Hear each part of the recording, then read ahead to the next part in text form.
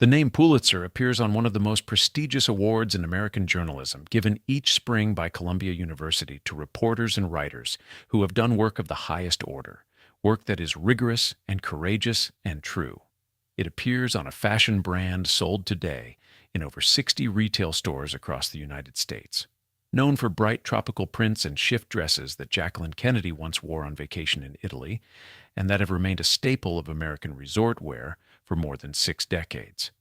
It appears on a 5-star hotel in Amsterdam, one of the finest in the Netherlands, a property that began as 6 modest houses along a canal and was expanded over decades into one of the country's most recognized national historic monuments. It appears on the masthead of the St. Louis Post-Dispatch, a newspaper that has been publishing since 1878 and has won 19 of the very prizes that bear the name on its masthead. And it appeared on the front pages of nearly every newspaper in the United States in the winter of 1982 because a circuit court judge in West Palm Beach had just awarded a publishing heir named Peter Pulitzer full custody of his twin sons after a trial that featured testimony about cocaine use, occult seances conducted in the master bedroom, the sexual testimony of a psychic who had switched sides midway through proceedings, allegations about a Belgian Grand Prix racing driver, a French baker, the 32-year-old wife of a 76-year-old Kleenex heir, and a trumpet through which the dead were formally invited to communicate with the living. The man who built the dynasty that produced all of these things arrived in America at age 17, speaking no English. He had been cheated by the recruiters who brought him over and made his own way into the country anyway. He turned a newspaper that was losing $40,000 a year into the largest in America. He helped raise the pedestal of the Statue of Liberty through donations from ordinary readers. He helped ignite a war through coverage that he later publicly regretted. He went effectively blind at 42 and ran his empire for another 2 decades from soundproofed rooms on a private yacht. He died asking his secretary to read to him more softly, and he left $2 million to Columbia University to establish a school that would teach journalists how to do with integrity the side of the job that he had spent much of his career doing without it. This is the story of the Pulitzer dynasty, from the immigrant boy who built it to the grandson whose divorce trial became the most watched tabloid spectacle in American history. It is a story about ambition and what it costs, about inheritance and what it cannot carry, about a name that has meant different things to different people in every generation, since it was first attached to something worth remembering. Before we go any further, we want to hear from you. Drop a comment and tell us where you are watching from today. If you are new here, please consider subscribing. We tell the full stories behind famous names, and there are a great many more of them coming. The story begins wherever it always begins with American dynasties, somewhere else entirely. In this case, Emil Purtada market town in southern Hungary that most people outside of Hungary have never heard of, in the year 1847. Makó was a city of modest size, approximately 200 kilometers southeast of Budapest, and the Pulitzers were among its most respected families. They were Jewish merchants, their ancestors having emigrated from a town in Moravia called Pulitz to Hungary at the end of the 18th century, settling into the merchant class of the region and establishing a reputation across generations for reliability and commerce. Joseph Pulitzer was born on April 10, 1847, the son of Philip Pulitzer, a grain merchant regarded by contemporaries as among the foremost merchants of Makó, and Elise Berger. The household was comfortable in the specific way that successful merchant families of the period were comfortable. Not aristocratic, not connected to the larger institutions of power, but stable, educated, and accustomed to the advantages that a father's reliable income could provide. Philip was wealthy enough by 1853 to retire from active commerce and move the family to Pest, where Joseph and his younger brother were educated by private tutors and taught to speak French and German alongside Hungarian. It was a life that felt, from the inside, like the beginning of something rather than the height of something. A family moving upward. Then the father died. In 1858, when Joseph was 11 years old, Philip Pulitzer died, and the business went bankrupt. The retirement income, the tutors, the sense of momentum, all of it was gone in the same year.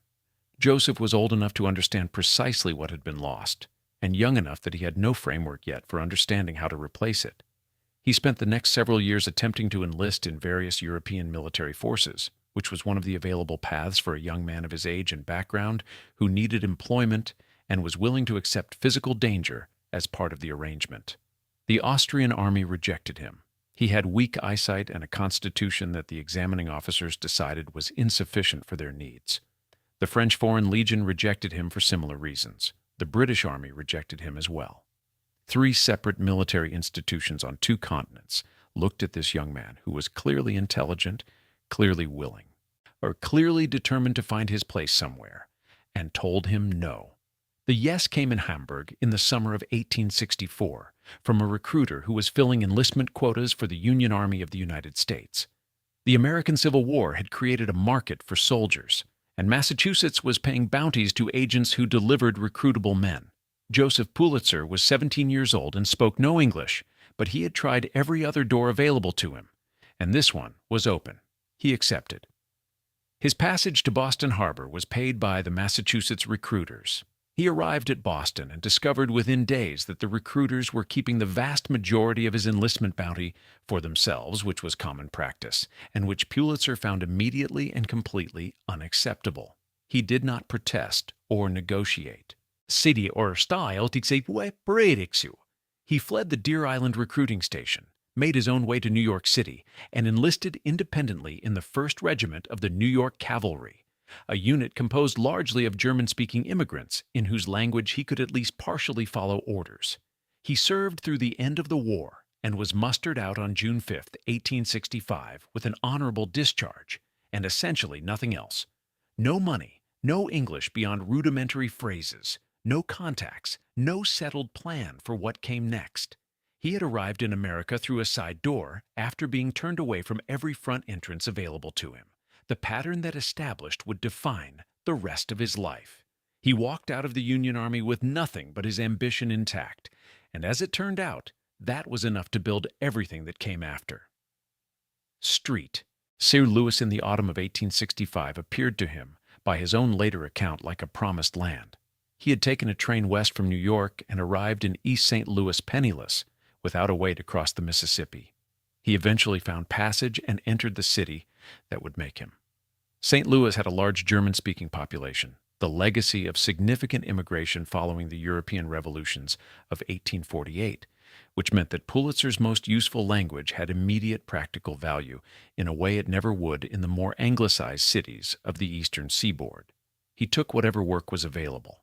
Gravedigger during a cholera epidemic in 1866, hack driver, waiter at Tony Faust's restaurant on 5th Street, briefly a handler of mules at Jefferson Barracks, a job he held for approximately 2 days before deciding that the food was bad and the mules were worse and neither condition was likely to improve. What changed his direction was the Mercantile Library. He spent hours there teaching himself English, absorbing books and newspapers with the same relentless focus he had applied to every other problem that had stood between him and a functional life. In the library, he made the acquaintance of Carl Schurz, co-editor and part owner of a German-language newspaper called the Westliche Post. Schurz was impressed by the young man's intelligence, his linguistic ability, and his evident hunger to be taken seriously, and hired him as a reporter in 1868. Pulitzer had found his medium, and the medium had found someone who understood it instinctively, who knew from the inside what the readers of a working-class German-language paper wanted to feel, and why. He was elected to the Missouri State Legislature in 1869 as a Republican in a heavily Democratic district, an outcome that surprised his opponents and announced something about his willingness to compete for races that conventional wisdom had already decided. He fought corruption in the legislature and in the pages of the Westliche Post simultaneously, developing the dual approach of investigative journalism and political advocacy that would characterize everything he built afterward. He bought a stake in the paper, sold it at a profit, acquired other properties, and on December 12, 1878, purchased the moribund St. Louis Dispatch and merged it immediately with the St. Louis Post, creating the St. Louis Post Dispatch. At the moment of the merger, the combined circulation of the two papers was under 4,000 copies daily. By September of 1882, the Post Dispatch's circulation had reached 22,300. He had transformed a dying newspaper into the dominant voice of St. Louis in less than 4 years, using a formula that was specific and repeatable. Short sentences, direct headlines, human interest stories alongside crusades against corruption, and an absolute certainty that readers wanted to feel implicated in the world the paper described. He married Catherine Kate Davis of Georgetown, Washington, D.C. on June 19, 1878, at the Episcopal Church of the Epiphany. She was 5 years his junior. A woman of genuine social standing from a family rumored to be distantly related to Jefferson Davis of the Confederacy, educated and composed and entirely unaware until after the ceremony was concluded that her new husband was Jewish. He had not told her. The shock to her and to her family when the information emerged was documented by contemporaries and was, by any reasonable measure, a significant deception. He had spent his entire adult life navigating the gap between who he was and what various institutions required him to be in order to gain entry. He had learned to move quickly and explain later, or not at all. He carried that habit into his marriage. The event that finally pushed him toward New York was ugly and public. On October 13, 1882, John Cockerill, the Post-Dispatch's chief editorial writer, had shot and killed a man named Alonzo Slayback in the newspaper's offices. Slayback was a political opponent who had entered the building armed and issuing threats. Cockerill claimed self-defense. A grand jury declined to indict him. But the story became a national scandal, and public sentiment turned against the paper in ways that Pulitzer's deteriorating health made it difficult to manage from close range. He sent Cockerill to New York in advance to begin managing what he was already planning to acquire. In April of 1883, he sat down with the financier Jay Gould to negotiate the purchase of the New York World. Gould had acquired the paper as an incidental throw-in on a railroad transaction and had been losing $40,000 annually on it without particular concern. Since $40,000 was a minor inconvenience at Gould's scale, he asked Pulitzer for well over $500,000. Pulitzer balked, came close to walking away from the deal entirely, and was persuaded to return to the negotiating table by his wife Kate, who saw what the paper could become. They agreed on a final price of $346,000, with Pulitzer retaining full freedom in the selection of staff. He moved his family to New York full-time, leasing a home in Gramercy Park, and took possession of a newspaper that was losing money and readers, and had been doing so for years. What he had done in St. Louis, he was about to do to New York. Nobody who covered the world that spring understood yet what that meant. 2 weeks after he took control of the New York World, the paper had already gained 6,000 new readers. Within 3 months, circulation had more than doubled. The formula was applied without delay or moderation. Short, provocative headlines designed to be read at speed. Human interest stories that placed ordinary people at the center of consequence. Crime and disaster and scandal covered with a directness that other papers found beneath them. Illustrations on every page at a time when most daily newspapers still ran dense columns of unbroken text. And crusades for reform that positioned the world as the champion of the working man against the accumulated indifference of wealth and power. The World described its own editorial style as brief, breezy, and vigorous. The description was accurate.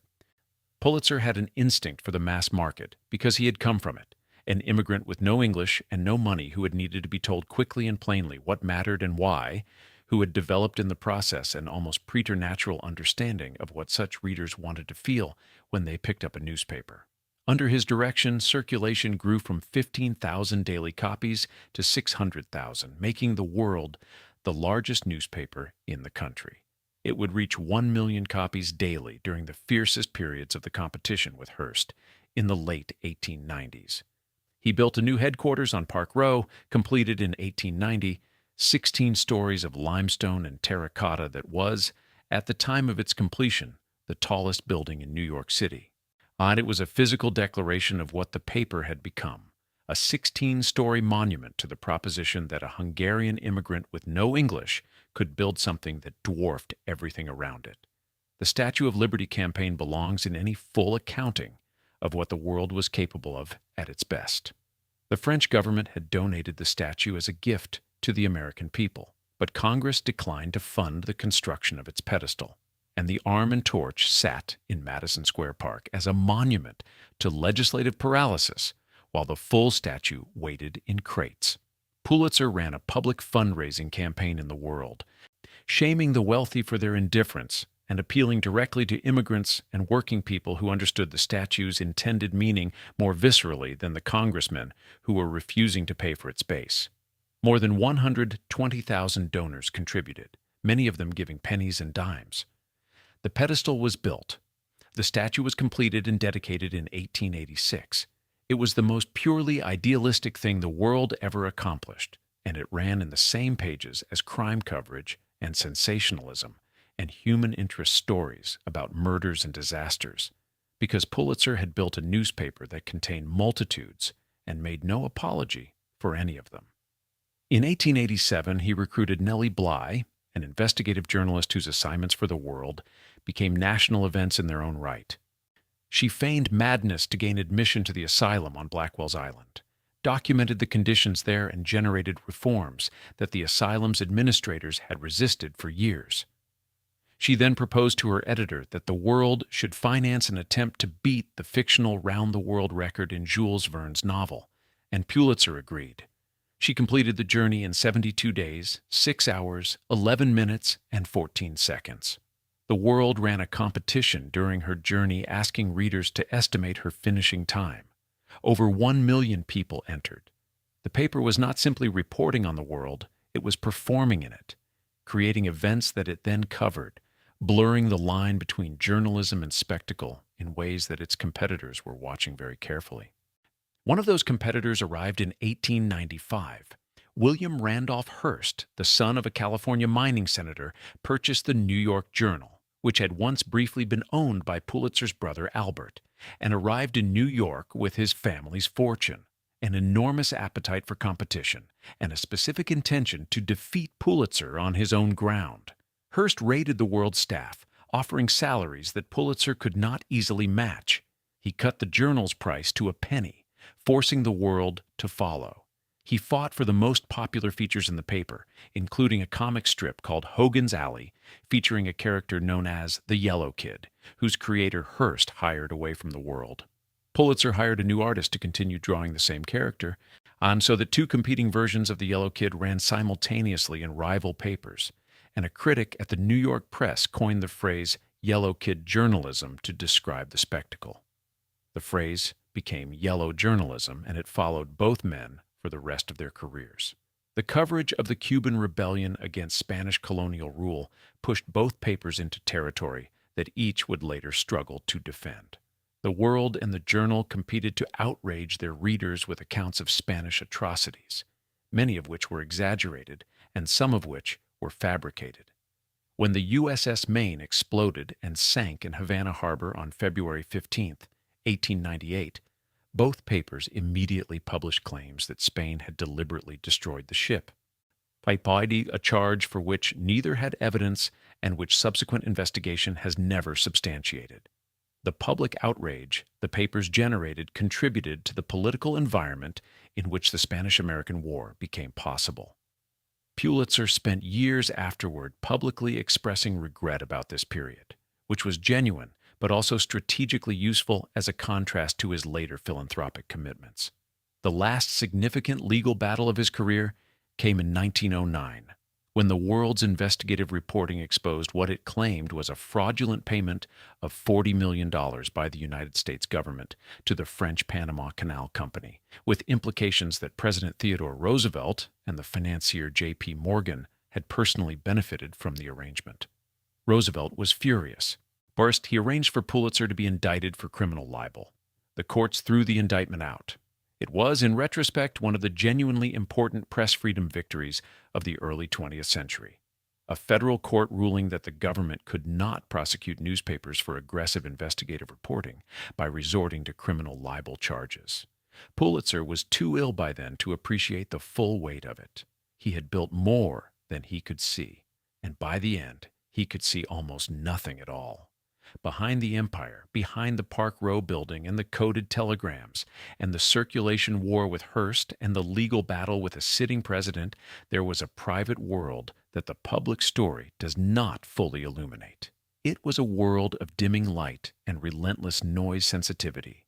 Serve a woman of extraordinary composure managing a household built around an increasingly impossible man, of children growing up in the shadow of something enormous that they had not chosen and could not fully escape. Joseph Pulitzer's eyesight had been deteriorating since his 20s. By 1889, when he was 42 years old, he was effectively blind. He never returned to the newsroom of the New York World after 1890. The condition of his nervous system had become, by the 90s, so acutely sensitive to sound that ordinary ambient noise caused him genuine physical pain. He had his bedroom at his East 73rd Street mansion, completely soundproofed. The palazzo itself had been designed by Stanford White and was completed in 1903. But of a limestone-clad Venetian palace on the Upper East Side that announced its owner's wealth as clearly as any 16-story building on Park Row. He had similar soundproof chambers constructed aboard his yacht, the Liberty, a vessel that became in his final 2 decades the most comfortable environment available to him, combining the silence he required with the mobility that allowed him to manage his newspapers remotely. He wintered at the Jekyll Island Club in Georgia, summered at his retreat in Bar Harbor, Maine, and spent the intervening months aboard the Liberty in various harbors. He managed the World and the Post-Dispatch through a battery of secretaries who read to him, wrote for him, and transmitted his directives in coded telegrams designed to prevent interception by anyone who might be curious about what the publisher of the largest newspaper in America was actually saying to his editors. Kate Davis Pulitzer managed everything else. She was a woman who had married a man she understood to be driven and had not fully anticipated the specific form that drive would take over 4 decades, or the specific man it would eventually produce. She ran the household on East 73rd Street, supervised the children's upbringing, managed the social obligations of a figure who was too ill and too noise-sensitive to manage them himself. She attended the dinners and the ceremonies and the formal occasions that required a Mrs. Pulitzer. I am performing that role with the composure of someone who had decided many years earlier that composure was what the situation required. She gave no public interviews about her husband's behavior or her own experience. She left behind almost no private correspondence that illuminates what she actually thought about the life she had been living. She outlived Joseph by 16 years, most of which she spent in Europe, in homes at Nice and in Deauville, France, where she died in 1927 at 78 years old. Contemporaries described her as possessing a remarkable beauty that had mellowed rather than faded, and as one of the finest American hostesses in Europe. 7 children, 5 survived to adulthood. 2 died in ways that left permanent marks on the household. Catherine Ethel, the second daughter, still contracted pneumonia and died in May of 1884 at the age of 2. She was the first child they lost, and the grief was significant, but it was the second loss, 13 years later, that settled into Joseph Pulitzer as something that would not leave. Lucille Irma, the oldest daughter, died of typhoid fever on December 31st, 1897, at the age of 17. By every account left by people who knew the family, Lucille was her father's favorite child, the one whose intelligence and warmth had meant most to him, the one whose absence would have the longest echo. He established the Lucille Pulitzer Scholarship at Barnard College in her honor. He later dedicated the Columbia School of Journalism to her memory. The $2 million he left to Columbia at his death was, among several things simultaneously, an act of grief expressed through the only instrument he had fully mastered, which was the deployment of large sums of money toward enduring institutions. The 5 surviving children were Ralph, Joseph Jr., Edith, Constance, and Herbert. His relationship with his sons was complicated in the specific way that large and dominating fathers create complicated relationships with sons who are expected to inherit what they could not have built. He was openly skeptical of Joseph Jr.'s abilities for years, despite the fact that Joseph Jr. would eventually run the Post-Dispatch with more genuine editorial distinction than his father had managed at any point after the yellow journalism wars. He communicated with his editors in language that was often abusive, sending directives from his various soundproofed retreats that landed in newsrooms like weather events. The staff of the World feared his coded telegrams. His sons were never entirely certain whether they had his respect. He did not reveal his Jewish heritage to Kate or to her family until after the wedding ceremony. The concealment was not accidental. He had spent his entire adult life navigating American social institutions that required him to present certain versions of himself and suppress others, and he had become practiced at the calculation. The shock to Kate and her family when the truth emerged was documented. He does not appear to have apologized for it, or to have considered that it was something requiring an apology. He left $2 million to Columbia University and the set of prizes in his name. On October 29, 1911, aboard the Liberty in the harbor at Charleston, South Carolina, his German secretary was reading to him from a book about King Louis XI of France.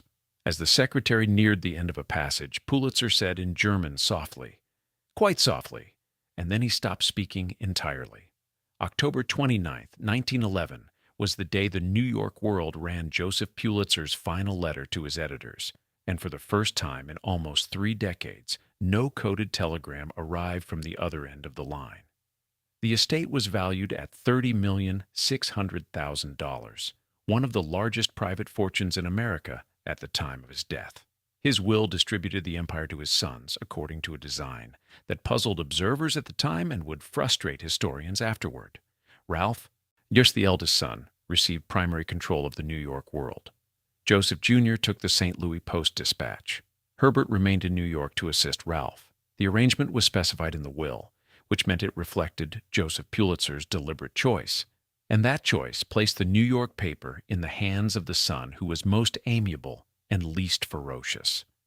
Contemporaries noted the problem immediately. Samuel Hopkins Adams, writing about the world's subsequent decline, described Joseph Pulitzer's will as a disastrous document that had taken control of the paper from the 2 sons, Joseph Jr. and Herbert, who were able and devoted journalists, and vested it in the cadet of the family, an amiable man who could not sustain what his father had built. Ralph Pulitzer managed the world through the 1920s with declining results. The paper that had championed the common man and crusaded against corruption found itself in 1927 in an embarrassing internal dispute over whether its columnist Haywood Brown should be permitted to continue writing about the Sacco-Vanzetti case, which Brown believed was a grave miscarriage of justice, and about which he had written with increasing anger and frequency. The editorial board, with Ralph's agreement, decided to stop him. Brown was silenced temporarily. The decision was legally defensible and symbolically catastrophic. The paper that Joseph Pulitzer had positioned as the voice of the powerless against the powerful had, in one of the most significant civil liberties cases of the decade, chosen to silence its most passionate writer in favor of editorial comfort. The reputation damage was lasting. By December of 1930, Ralph was negotiating the sale of the newspaper. The circulation had declined, the finances had deteriorated, and the will to fight for the paper's survival had reached its limit. On February 27, 1931, the final edition of the New York World was printed. Roy Howard, whose Scripps Howard organization had purchased the paper, closed it on the day of acquisition and dismissed the entire staff of 3,000 people. Howard merged the World's name into his evening telegram and called the resulting paper the New York World Telegram.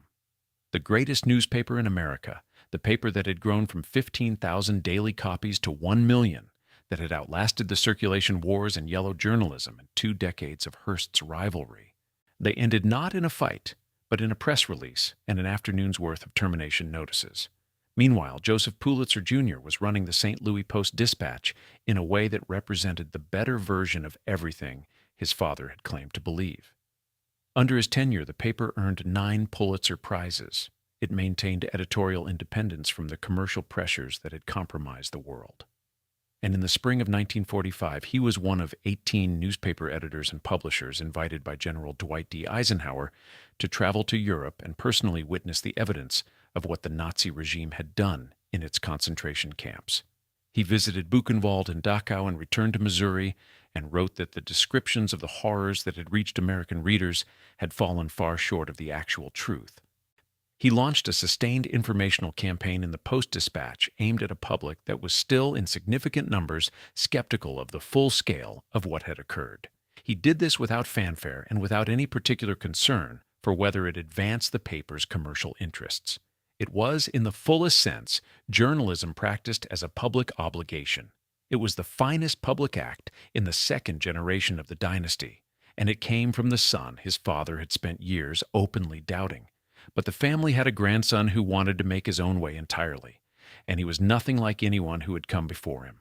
Herbert Peter Pulitzer, Jr. was born in New York on March 22, 1930, the grandson of the man whose name was on the prize, starring in the first member of his family in 2 generations, with no apparent interest in newspapers whatsoever.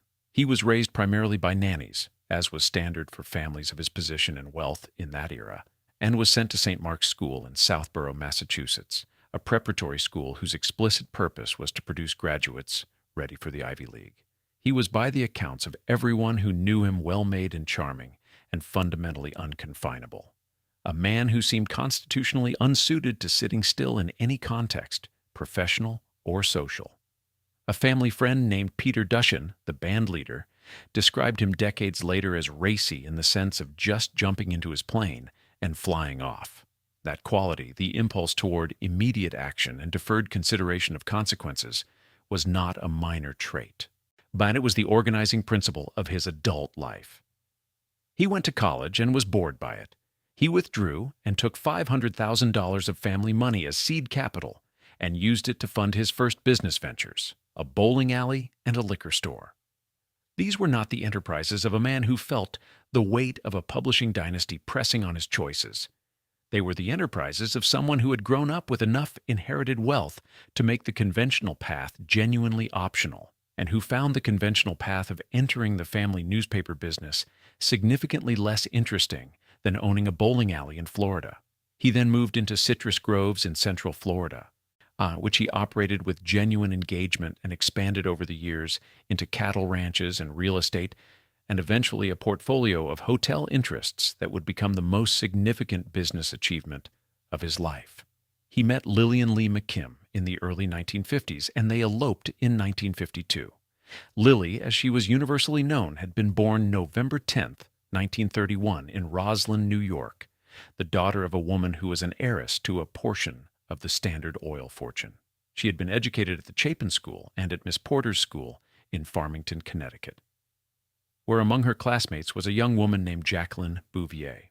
She and Peter came from equivalent worlds, which is to say worlds of sufficient privilege that the expected social script had become optional rather than mandatory. Soon they found in each other the particular recognition of 2 people who had both decided that the expected life was not what either of them intended to live. They settled in Palm Beach year-round, which was unusual even for wealthy families since the resort town largely emptied in summer, and they lived there with the particular exuberance of people who have decided to treat their entire domestic life as a form of personal expression. Peter flew his own plane. Lily kept a pet monkey and went barefoot on Worth Avenue. They gave enormous parties and accumulated a cheerful and chaotic menagerie of animals, and filled their social life with people who were genuinely interesting rather than merely appropriately connected. They had 3 children, Peter, Minnie, and Liza. Lily struggled in the late 1950s with what her daughter Liza later identified in retrospect as postpartum depression, a condition that in the 1950s was poorly understood and often treated as a form of general purposelessness, requiring only a renewed sense of occupation.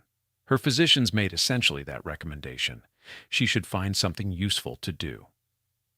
She opened a juice stand in 1958 on Via Misner, a small street off Worth Avenue in Palm Beach, using citrus from Peter's groves, and she did find something to do, though not anything anyone had anticipated. Working at the stand all day stained her clothes badly, and she asked her dressmaker to make her some simple shift dresses in brightly patterned fabric that would conceal the stains. So the dresses attracted immediate and disproportionate attention. Customers began asking about them before asking about the juice.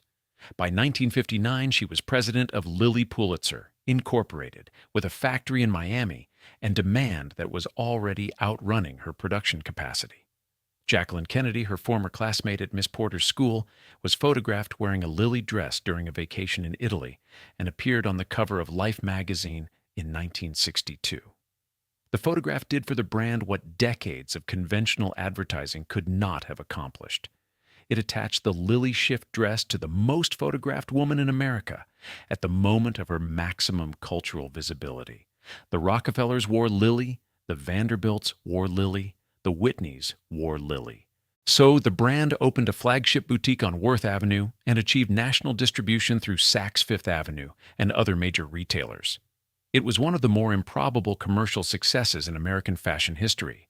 An empire that began with orange juice stains and a dressmaker's practical solution, elevated to national prominence by a First Lady's wardrobe, and a social network that only a very specific American education could have generated. The brand closed in the early 1980s under changing fashion conditions, filed for Chapter 11 bankruptcy, was revived in the mid-1990s by a Pennsylvania company called Sugartown Worldwide, with Lilly serving as a creative consultant, and was ultimately acquired by Oxford Industries in 2010. Lilly died on April 7, 2013, at 81 years old, in Palm Beach. The brand she had created almost entirely by accident has proven considerably more durable than the newspaper empire that her first husband's grandfather spent his life building deliberately. Peter and Lily divorced in 1969. It was a quiet ending by the standards of what would come later, and the three children remained on good terms with both parents. Peter rebuilt his social life quickly and continued expanding his business holdings, co-founding an international hotel group whose most significant achievement was the Hotel Pulitzer in Amsterdam, which he described in his own words by saying the 6 houses they started with eventually turned into 25 houses, a 5-star hotel, and the largest national historic monument of the Netherlands. By the early 1970s, he was 51 years old.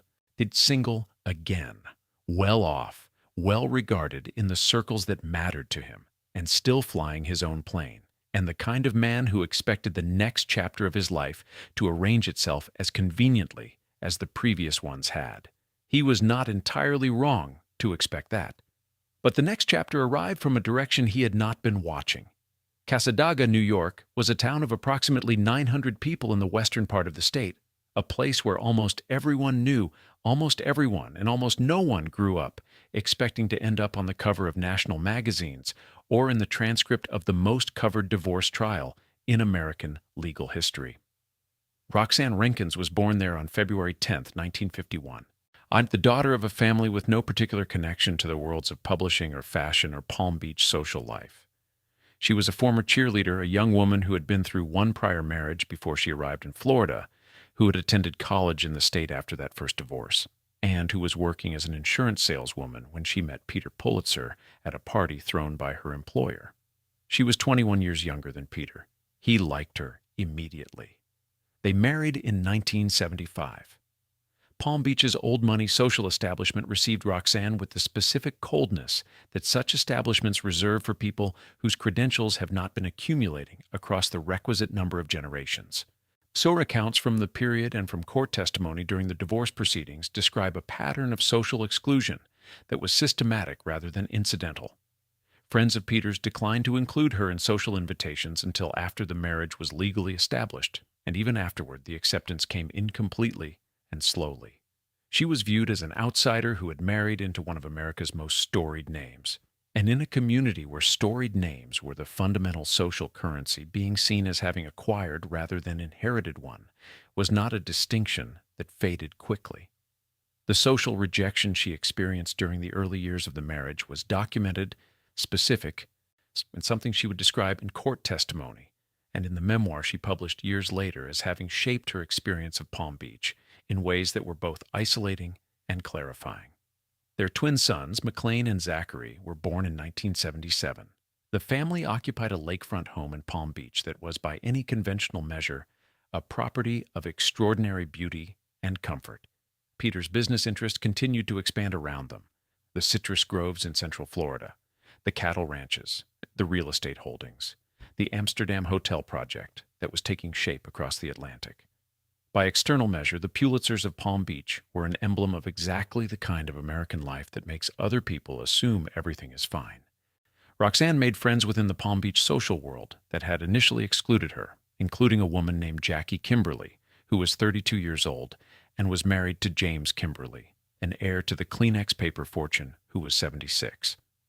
The friendship between Roxanne and Jacquie Kimberly would become one of the central elements of the divorce trial that was coming, described from Peter's side in terms that Jacquie Kimberly publicly and emphatically denied. For the moment, in the mid to late 1970s, it was simply a social friendship between two women who were both navigating the particular social geography of Palm Beach with varying degrees of success. The marriage frayed in the ways that marriages fray when two people want fundamentally different things from their daily life. Roxanne wanted more social engagement and a more active nightlife. Peter preferred quieter evenings and a more domestic routine. The cocaine question, which would become one of the central disputes of the divorce trial, existed in that fraying. Both parties would later acknowledge in court testimony that cocaine was present in the marriage. What they disputed vigorously was the question of who had introduced it to whom and who had used it more heavily and with what consequences. By late 1981 and into early 1982, the marriage was visibly in crisis. Peter Pulitzer had made his decision. The question was only what it would cost. The trial of Herbert Pulitzer Jr. versus Roxanne Pulitzer was opened in a circuit court in West Palm Beach on September 20th, 1982. And within days of the first testimony, it had become a national media event, of a kind the American press had not encountered in years. The procedural facts were straightforward enough. Peter had filed for divorce and had offered Roxanne a financial settlement in exchange for relinquishing custody of the twin sons, who were 5 years old at the time of filing. Roxanne had refused the exchange. The refusal was what transformed a private dissolution into a public spectacle. Without the custody dispute, there was no trial. Without the trial, there was no testimony. And without the testimony, the accumulated private behavior of a wealthy Palm Beach family would have remained, as it had for years, entirely private. The case fell before Circuit Judge Carl Harper, who would be ruling without a jury under the provisions of Florida's no-fault divorce law. Judge Harper imposed a gag order on all parties at the outset of proceedings, an instruction that was acknowledged by everyone involved and violated by essentially everyone within the first week. Palm Beach society responded to the filing by becoming extremely busy elsewhere. A significant number of people who moved in the Pulitzer social orbit departed town around the time the subpoenas began arriving, citing previously unscheduled travel obligations. Those who remained watched the proceedings with the kind of attention that suggests the watching was not entirely disinterested. The witnesses Peter's legal team called were a parade of household employees, former nannies, domestic staff who had worked in the lakefront home, and one psychic named Janice Nelson, who had moved into the Pulitzer household in March of the year Peter moved out and who had initially been expected to testify on Roxanne's behalf before concluding, by her own account, that Peter was being used unfairly. Their testimony, assembled over many weeks of proceedings, constructed a portrait of Roxanne Pulitzer as cocaine-addicted, sexually profligate across multiple simultaneous relationships with multiple partners of both sexes, and as a consequence unfit to have custody of the 5-year-old twins. The specific allegations came in sequence, and each one arrived with more detail than the one before it. Peter claimed through his witnesses that Roxanne had conducted extramarital affairs with a local real estate salesman, a French baker, a Belgian Grand Prix racing driver whose name was Jacquie X, an unemployed handyman, and Jacquie Kimberly. He alleged that Roxanne and Jacquie Kimberly had carried on a sustained lesbian relationship. He alleged cocaine use heavy enough to constitute addiction, drug-fueled parties that ran through the night and left her unable to adequately supervise the children the following day, and sexual encounters that took place in locations and circumstances that the children could potentially witness. He alleged sexual threesomes involving himself, Roxanne, and Jacquie Kimberly, though his framing of these encounters as things done to him rather than with him was a rhetorical choice that several observers at the time found transparently convenient. And then there was the trumpet. Testimony from the psychic and from other witnesses described a series of bedroom seances in which a black cape and a trumpet were laid at the foot of the bed, and Roxanne, while in what witnesses described as a trance state facilitated by the psychic, attempted to enable communication between the living occupants of the room and the dead. Judge Harper listened to this testimony with visible skepticism and allowed the trumpet to be entered as evidence while stating from the bench that he did not know for the life of him how it was relevant to the custody determination before him. He added, in a moment of judicial wit that the assembled press gallery appreciated deeply, that he had made so many rulings in the course of the proceedings that if he had not made an error by now, he ought to get the Pulitzer Prize. The press corps dutifully recorded this and used it widely. Newspapers immediately dubbed Roxanne the strumpet with the trumpet. The New York Post ran a headline that simply read, "I slept with a trumpet," which was attributed to Roxanne in quotation marks, and which she later denied having said in anything resembling those terms. Hunter S. Thompson covered the proceedings for Rolling Stone, producing a piece that became one of the more celebrated pieces of gonzo journalism of the early 1980s. Playboy had a writer in the courtroom. Time magazine ran a full feature during the active trial period. The wire services filed daily dispatches that were picked up by newspapers across the country and internationally. The proceedings were described in contemporaneous reporting as the ranking sex and drug scandal in America at the time, Stunde Baustrasse, which was a competitive field in 1982. Roxanne's response, when her turn came, was given with the force of someone who had been wading through weeks of testimony to present an entirely different account of the same events. She testified that it was Peter who had introduced cocaine to the marriage, not the reverse. She alleged that he had used his access to the Bahamas and his boat to smuggle marijuana for distribution among his Palm Beach social circle. She testified that he had threatened to shoot her personally if she refused to submit to drug dependency treatment at a facility of his choosing, that this threat had been explicit and direct, and that she had been hospitalized for 5 days as a direct consequence of his coercion. She told the court that he had communicated his intentions about the custody fight in terms that she found unmistakable. He had told her he had the power, the money, and the name, and that he intended to take her children and bury her. She testified that she had been sleeping with him regularly even after he had initiated the divorce proceedings, and that she had believed on the basis of what she described as his ongoing signals of potential reconciliation that the divorce itself might not proceed to conclusion. She had no game plan, she said later. He evidently had one that was well beyond her. And she alleged an incestuous relationship between Peter and his adult daughter Liza Leedy, from the first marriage to Lily. Liza Leedy was 26 years old. She had, by Roxanne's account, "I visited the lakefront home in ways that Roxanne found disturbing, involving a degree of physical closeness between father and daughter that she characterized as inappropriate and that she said she had complained to Peter about directly." Liza Leedy was called to testify. She denied Roxanne's account entirely. She testified instead that it had been Roxanne who had propositioned her. Roxanne denied this counter-allegation. The judge heard testimony from Roxanne's own mother about a telephone call in which Roxanne had complained about Liza appearing on Peter's boat and behaving in ways that upset her.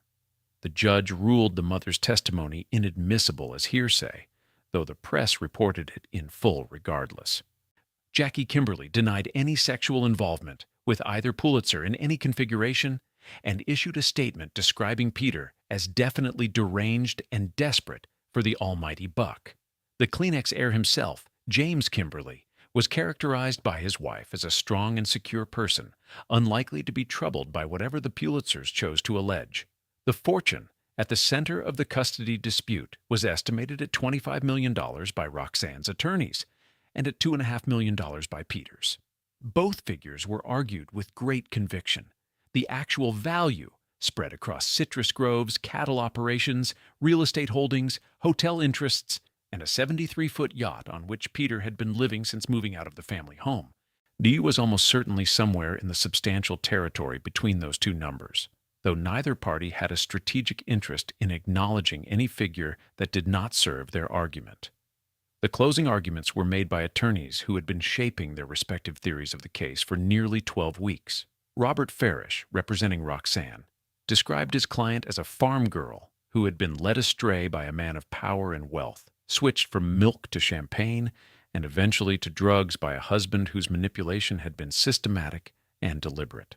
Peter's attorney, Robert Scott, described a man who had temporarily lost his focus under the influence of a wife whose appetites had overwhelmed his better judgment, but who had recovered himself and was now the appropriate custodian of his children's welfare. Judge Carl Harper issued his ruling on December 28, 1982. He cited flagrant acts of adultery and other gross marital misconduct. He awarded Peter full custody of the twin boys. He ordered Roxanne to vacate the lakefront home. He granted her $2,000 monthly for a period of 2 years. She was permitted to retain her personal jewelry, valued at $60,000, and her car. Her attorney, who had represented her through one of the most demanding and protracted divorce trials in recent American legal history, had his fee reduced by the judge to $102,500, approximately two-thirds of his original claim. The cultural significance of the verdict was apparent from the moment it was announced, where Joseph Pulitzer had built the largest newspaper in America by giving the public something that would arrest their attention, arouse their indignation, and stimulate their imagination. The trial of his grandson had done precisely those three things, to an audience of millions, over a period of months, with his family name featured in the headline of every dispatch. The press that covered it had done what the world had taught it to do. The publisher who invented the appetite for this kind of material had, through the specific sequence of choices made by his grandson, delivered his own family to the other side of it. What happened to Roxanne after the verdict, and what eventually happened to Peter, turned out to be stranger than almost anything the trial itself had produced. She was 31 years old when she left the courthouse with a court order, a Porsche, $60,000 in jewelry, and a monthly support payment that was scheduled to end in 2 years. The reconstruction of her life from those materials was not accomplished quickly or gracefully, but it was accomplished with a persistence that the trial had not quite managed to eliminate. She taught aerobics classes in West Palm Beach, earning $40 a week for instruction sessions that drew local attention because of who she was, and she taught those classes for more than 5 years. The tabloid press continued to track her movements with the same energy it had brought to the trial, which was both an indignity and, in practical terms, one of the few assets she had that could be converted into income. She appeared on the cover of Playboy magazine in June of 1985, in a feature that incorporated playful recreations of certain elements of the trial testimony, and for which she was reportedly paid $70,000. The feature was photographed by Makó Hungary and was received by the publication's readership with considerable enthusiasm. She did not find the experience beneath her. She had already understood that dignity, in the Palm Beach context, was a commodity whose value was determined largely by who controlled the narrative, and she had lost control of that narrative in a circuit court in West Palm Beach, and was in the process of regaining it by whatever means were available. In 1988, Random House published her memoir, titled Prize Pulitzer. The book described the marriage, the social dynamics of Palm Beach's old money world, the trial and its aftermath from her perspective, and it presented a woman who had been systematically disadvantaged by her husband's social position and legal resources, but who had refused to be destroyed by the experience. She described the trial in retrospect as a power situation more than anything else. The name, the money behind it, Palm Beach being very close-knit. She had felt the power more than anything else. A made-for-television movie followed in 1989, produced with Chynna Phillips cast as Roxanne and a young Courtney Cox in the period before the role that would define her career, cast as Jacquie Kimberly. Critics found the production insufficient to the material, which was fair. The events it dramatized had a complexity that television's requirements for resolution and family appropriateness did not accommodate well. She married twice more in the years that followed. A marriage to a speedboat racer named John Hagan Jr. in 1992 lasted 8 weeks. A subsequent marriage to a land developer named Harold Dude ended in divorce. She eventually married a 5th time to a man named Tim Boberg. Peter, meanwhile, married Hillary King in 1986, and that marriage lasted 32 years, which made it the longest and, by all available accounts, the most stable of his 3 marriages. He continued to manage his business interests in Florida and elsewhere, maintained his connection to the Amsterdam hotel property. Rosen lived the kind of life that someone of his temperament and resources could construct even after the public ordeal of the divorce trial. Active, physical, financially comfortable, surrounded by family and friends in a place he had always considered home. His daughter, Liza Calhoun, gave a comment to the Palm Beach Daily News for his obituary after his death that captured something essential about how people who knew him well thought about the kind of man he was. She said that they had always thought he would be eaten by a shark or killed by a bear in the woods or fall out of a seaplane. He died at home in Palm Beach in April of 2018, at age 88, surrounded by his children. It was an ending that surprised people who had known him, not because it was tragic, but because it was so quiet. He had been in excellent health until recently, according to the accounts published at the time. A man who had generated that level of public spectacle managed to die peacefully at home. Not everyone gets that. Before that ending, one more chapter played out between Peter and Roxanne that had not been scripted into the story either of them thought they were living. In approximately 2006, a citrus disease called citrus canker swept through the Florida groves that Peter co-owned with his twin sons McLean and Zachary. 88,000 grapefruit trees had to be destroyed. The grove carried a mortgage of $1.3 million, and with the production capacity eliminated by the disease, servicing that debt became impossible. The twins went to their stepfather, Roxanne's fifth husband, Tim Boberg, and asked for help. Seb Boberg agreed to guarantee the mortgage. He also provided a $400,000 credit line to keep the operation functional while the trees were replanted. Roxanne was quoted in the Palm Beach Daily News responding to the news of Peter's financial difficulty. She said she had never thought Peter would run out of money. "The pendulum swings," she said. It was a different ending.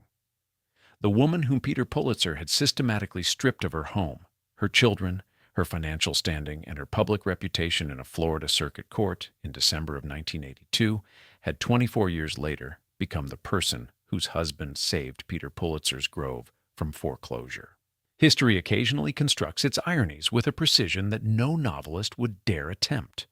While Peter and Roxanne were living out their respective afterlives in Palm Beach, the newspaper empire that bore the Pulitzer name had been moving through its own internal turbulence toward an ending that the family had been delaying through argument and litigation and settlement and further argument for nearly 2 decades.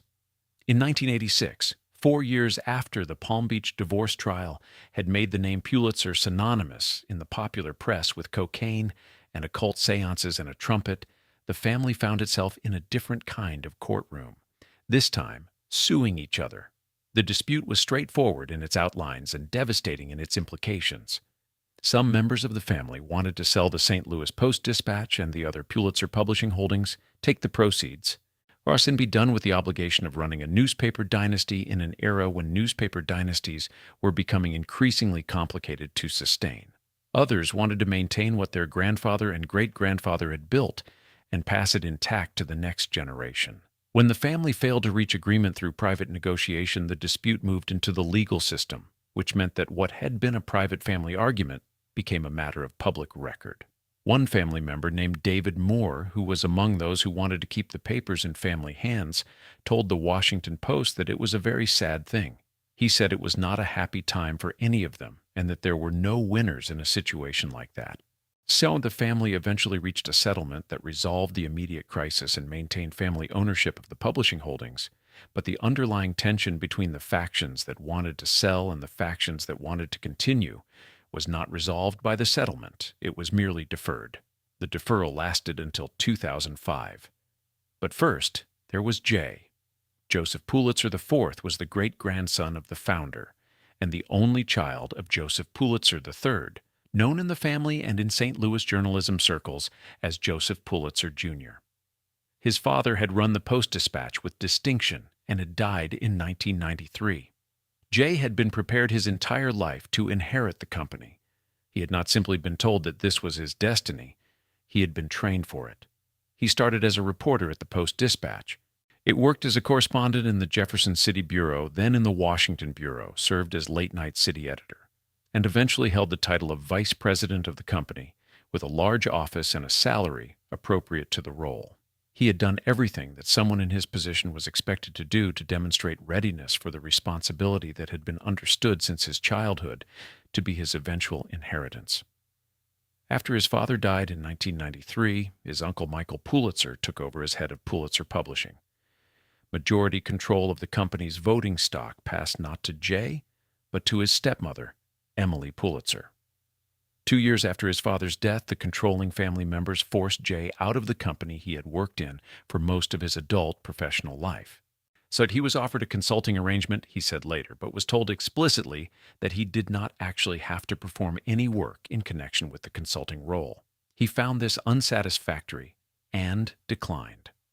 He retired to Bighorn, Wyoming, a small community at the base of the Bighorn Mountains that he and his father had visited together during what he later described as happier times.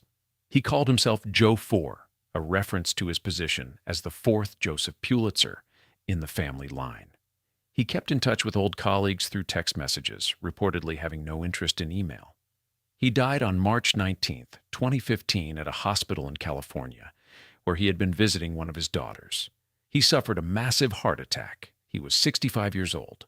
He left behind his wife, 3 daughters, and a son. He was the last person in the Pulitzer family line who had been specifically prepared to run the newspapers and had been prevented from doing so by the people who controlled the stock. On January 31, 2005, Makó Pulitzer stood before company shareholders and announced the sale of Pulitzer Inc. and all its assets to Lee Enterprises, a newspaper publisher based in Davenport, Iowa. The purchase price was $1.46 billion, with Lee also assuming $306 million of existing Pulitzer debt. Lee paid $64 per share for Pulitzer stock, a figure representing approximately 15% above the price at which the stock had been trading before the sale was announced. The sale included 14 daily newspapers: the St. Louis Post-Dispatch, the Arizona Daily Star in Tucson, and 12 others spread across multiple states. It also included more than 100 non-daily publications, including the suburban journals of Greater St. Louis and a minority ownership stake in the St. Louis Cardinals baseball organization. The deal closed on June 3, 2005. 127 years of the Pulitzer family owning newspapers under the name Joseph Pulitzer had built ended on a Friday afternoon with a closing statement from Lee Enterprises and a press release confirming the transaction was complete. Ed Bishop, a journalism professor who had spent years covering the St. Louis newspaper industry and editing the St. Louis Journalism Review, told reporters covering the sale that it was a shame. He said the Pulitzer name and its reputation was now gone from the American newspaper industry. He expressed concern about Lee's known record as an effective cost cutter and what that approach would mean for the newsrooms it had just acquired. The television stations that Pulitzer Incorporated had built and operated as part of its media portfolio were sold separately in a transaction whose destination was perhaps the most pointed irony the Dynasty had saved for its conclusion. The stations went to Hearst Communications, the media company owned by the descendants of William Randolph Hearst. The family that Joseph Pulitzer had spent a decade fighting in the circulation wars of the 1890s, the man whose arrival in New York had driven both newspapers into yellow journalism and the Spanish-American War and all that followed from those choices, still had ended up as the owner of what the Pulitzers had built from the revenue the newspapers generated. 127 years of competition, and the final transaction was a sale to the other side. The prize that Joseph Pulitzer left $2 million to create is now the most prestigious award in American journalism, and has been since it was first given in 1917. It is administered each year by Columbia University's Graduate School of Journalism and awarded in categories covering newspaper reporting, photography, literature, drama, music, and history. It is given to investigative journalists who have spent years pursuing stories that institutions would prefer remain unpublished, to war correspondents who work in conditions of genuine physical danger. Looks to novelists and poets and historians who have produced work of lasting consequence. It is awarded every spring in the name of a man who helped fabricate the public outrage that preceded the Spanish-American War, who pioneered the sensationalist approach to journalism that he spent the last decade of his life trying to institutionally counteract, and who concealed his Jewish heritage from his wife of 33 years until after the wedding ceremony. The St. Louis Post-Dispatch is still published. Its ownership structure has continued to evolve in the years since the Lee Enterprises acquisition. As of late 2025, a Missouri billionaire named David Hoffman had assumed majority control of Lee Enterprises after a months-long process that concluded on December 30th, 2025. Oh, the paper has won 19 Pulitzer Prizes across its history. What it will look like in another decade is genuinely uncertain. The Lily Pulitzer brand is owned by Oxford Industries and operates in over 60 of its own retail stores and more than 100 independent boutiques. For many Americans under the age of 40, the name Pulitzer is associated primarily with colorful shift dresses in tropical prints rather than with journalism prizes or newspaper dynasties. The brand that began with orange juice stains on a dressmaker's suggestion in 1958 has outlasted the newspapers by more than 20 years and shows no signs of stopping. The Hotel Pulitzer Amsterdam remains one of the finest hotels in the Netherlands. The Pulitzer Arts Foundation in St. Louis continues its work as a center for contemporary art. Roxanne Pulitzer, who is still living, has written a memoir that continues to be referenced as a document of 1980s Palm Beach excess, and has given interviews over the decades that are considerably more candid than anyone who encountered the composed and guarded public figure might have expected. The name means different things to different people, and what it means depends entirely on which fragment of the dynasty's history the person asking the question has encountered first. He came to America at 17 speaking no English, was cheated immediately by the men who brought him over, made his own way in any way, built the largest newspaper in the country from a paper that was losing money when he bought it, helped fund the pedestal of the most enduring symbol of American democracy, helped fabricate the outrage that started a war, went blind at 42 and ran his empire from a yacht for 2 more decades, lost his favorite daughter to typhoid fever on the last day of 1897, left $2 million to an institution that would honor the ideals he had spent much of his life violating, and died on a yacht in a harbor asking for quiet. What 4 generations of his descendants did with what he left is a story about inheritance, which is to say, it is a story about what ambition can and cannot transmit across time. The founding wound that made Joseph Pulitzer, the 11-year-old boy watching his father's comfortable world collapse, watching the money and the tutors and the private school and pest disappear in a single year, watching every door close and finding a way through the walls beside them. But that wound did not travel with the money. It could not. It was made by experience that money, once acquired, is specifically designed to prevent from recurring. Ralph inherited the New York world and managed it without his father's ferocity until it died in 1931. Joseph Jr. inherited the Post-Dispatch and ran it with a conscience and a rigor that represented the best version of everything his father had claimed to believe. Peter inherited a name and a fortune and built his own empire of citrus groves and hotels and chose a Palm Beach marriage that exploded in a West Palm Beach courtroom in a story that the founder would have recognized immediately as exactly the kind of material that sold newspapers. Lily married into the name and accidentally created the thing that lasted longest. Sir Jay was prepared his entire life for a role he was not permitted to fill and retired to Wyoming and died of a heart attack in California at 65, far from everything and everyone the dynasty had been. And Roxanne from Casadaga, who had asked for nothing except not to lose her children, and lost them, and rebuilt her life with aerobics classes and a memoir, and a quality that the trial had not managed to reach, ended up as the person whose husband kept the grove alive. The prize still carries his name. The newspapers do not. And somewhere in the space between those two facts lives everything the Pulitzer story was ever actually about. If you found this story as compelling as we did, please take a moment to like this video and subscribe to the channel. There are many more stories like this one, and we publish them regularly. We will see you in the next one.